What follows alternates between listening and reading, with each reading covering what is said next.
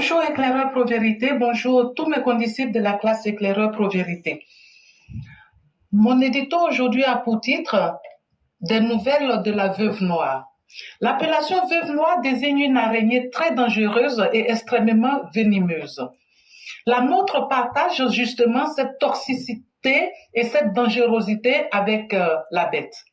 Il y a quelques jours, cette méchante ex-première dame a donné de ses nouvelles à travers une interview.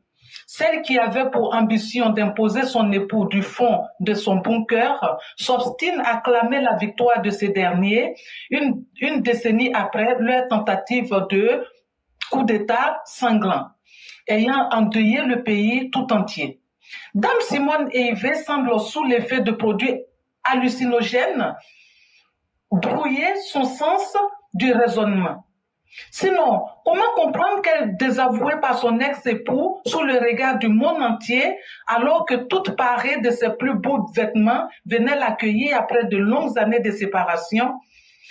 Est-ce là une énième tentative de celle qui réclamait son mari parti avec une plus jeune ou alors par simple cruauté à l'égard des familles des victimes au nombre de 3000?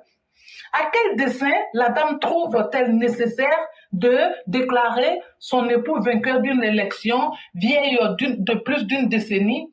Attention, chers compatriotes, nous vous le signalons à longueur de mois sur la plateforme Éclaireur Pro-Vérité. Un vampire se nourrit toujours de sang. La dame semble avoir fini de digérer ses victimes. Elle en redemande pour 2025. Niant du coup sa part de responsabilité dans les troubles nocifs qu'a connus le pays. Elle se voit blanche comme neige, une immaculée en somme. Pourquoi ose-t-elle secouer ce linge de la mort, encore une fois? Simplement parce qu'elle n'a toujours pas digéré que son rêve de reproduire en Côte d'Ivoire l'aventure politique de Bill et Hillary Clinton se soit reproduit. Oui, la Simone rêvait de succéder à son Laurent. Comprenez donc que la chute de Laurent a été un terme à son rêve d'occuper le fauteuil présidentiel après son mari. Elle deviendrait ainsi la première femme présidente de son pays. Ce qui explique aussi l'excès dont elle a fait montre en vue de réaliser son rêve qui devint un cauchemar pour son couple. Ajoutez à cela que l'on ne guérit pas de la perte du pouvoir, surtout quand cette perte est si brutale que ce qu'ils ont connu. Méfiez-vous, chers Ivoiriens, méfiez-vous. Effectivement, chers Ivoiriens, nous sommes en droit de vous le dire, il faut se méfier parce que la bête du mal est toujours là et toujours dans ses discours de haine. Et demander à un chien de changer sa manière de s'asseoir, vous lui demanderez l'impossible. Prenez un fait simple.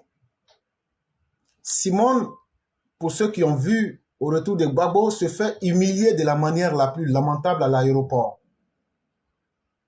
On nous dit que sa famille est divisée et que tout va très mal là-bas.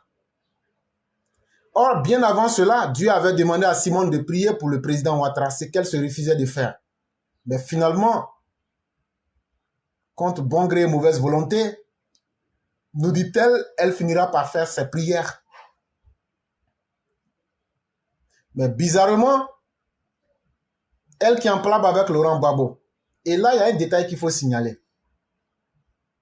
Dans les relations humaines, surtout quand ce sont des relations sentimentales, en général, je vais dire ça en termes trivial, hein, une femme peut casser le cou d'un homme.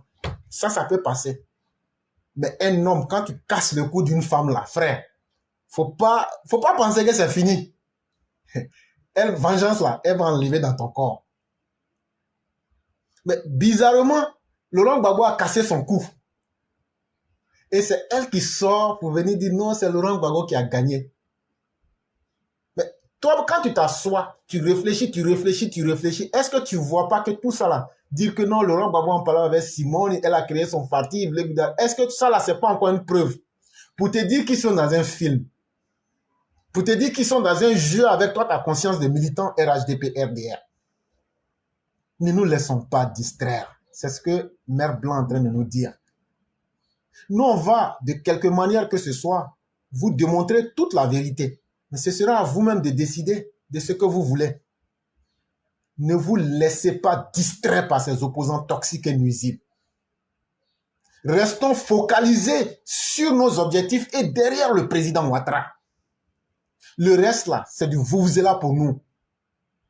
Restons concentrés et rendons-nous plus forts et bonifions-nous plutôt que de nous disperser en nous focalisant sur ces opposants-là. De toute façon, même s'ils étaient devenus des gens qui veulent faire de la politique, ils n'ont rien appris de nouveau. Et qu'est-ce qu'ils vont nous proposer de plus que la politique de M. Ouattara? Rien de nouveau. C'est des gens qui sont des incapables, des inutiles, qui ne feront que venir pour nous tirer vers le bas. Chère population, peut-être que, comme disait quelqu'un qui me disait que je suis le prêcheur des gens du RHDP, nous, on va continuer à prêcher. Mais sachez aussi que ce que ça pourra sauver, grâce à nos messages qui arrivent à ouvrir leur propre esprit et à être capables aujourd'hui de faire leur propre jugement sur les situations. C'est ça que nous voulons atteindre. Nous, on ne veut pas que quelqu'un vienne dire, comme Éclaireur a dit ça là, donc non. Ce que Éclaireur a dit là, prends, va vérifier avec les autres. Et puis toi-même là, tu t'assois, tu te dis, voilà ce qui est mieux pour moi.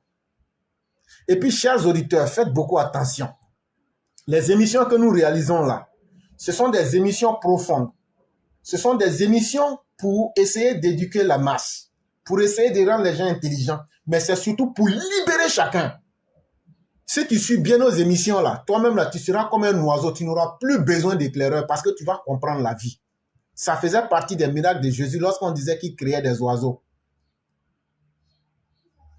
L'explication spirituelle, c'est qu'il permettait à des gens qui n'avaient aucune visibilité spirituelle de pouvoir être même indépendants et de voler de leurs propres ailes.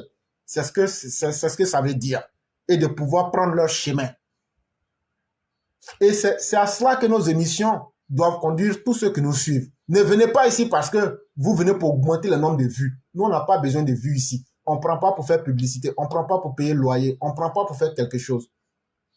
Mais c'est pour que toi-même qui viennes suivre là, même si tu es au campement là, que quelqu'un qui est à Abidjan ne t'appelle pas pour te blaguer. Faut pas dire comme quelqu'un est assis à Abidjan là-bas, non, eux là, ce qu'ils disent, c'est la parole de Dieu. Non. Une fois que ton esprit est ouvert là, toi qui es au village aujourd'hui, tu peux donner conseil aujourd'hui à quelqu'un qui est à Abidjan. Sur la politique. C'est comme ça qu'on va les démystifier. Puisque c'est comme ça, grâce à Internet, on a démystifié Laurent Gbagbo, on a démystifié ces gens-là. On va continuer ce travail-là jusqu'à ce que les Ivoiriens comprennent que la vraie Côte d'Ivoire que nous voulons là, c'est une Côte d'Ivoire des identités mélangées. C'est une Côte d'Ivoire où on ne parle pas de religion. C'est une Côte d'Ivoire où on ne parle pas d'origine des gens. C'est une Côte d'Ivoire où on ne parle que d'une seule chose. Qui peut mieux travailler que qui? Voilà le seul élément qui peut différencier les uns des autres. Mesdames et messieurs, sachez que le pays est protégé et le pays se porte très bien. Et tous ceux qui ont des craintes, n'ayez point de crainte. Les dirigeants actuels sont au contrôle du pays. Et soyez fiers du président Ouattara qui joue avec beaucoup d'intelligence sa partition.